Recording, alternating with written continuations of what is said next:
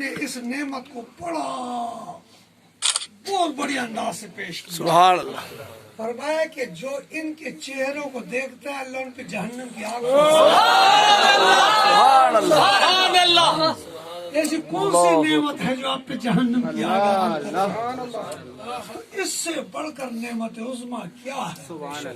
میں سمجھتا ہوں اس وقت ملت اسلامیہ میں ہر انداز سے دین کے کام ہو رہے ہوں گے، ہر فکر کام کر رہا ہے، لیکن یہ بات تحدیث نعمت کے طور پر بھی ہم کہتے ہیں اور فخریہ انداز سے بھی ہم کہتے ہیں کہ جو اس وقت خواجہ خواجگان مبلغ عالم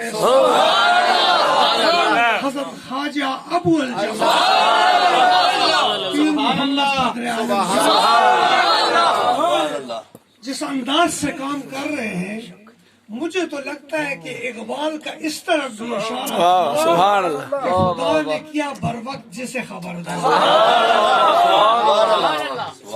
جس کو بر وقت خبردار کرتا ہے تو اللہ ان سے ایسے ہی ملت اسلامیہ کی شیرازہ بندی کا کام لیتا ہے.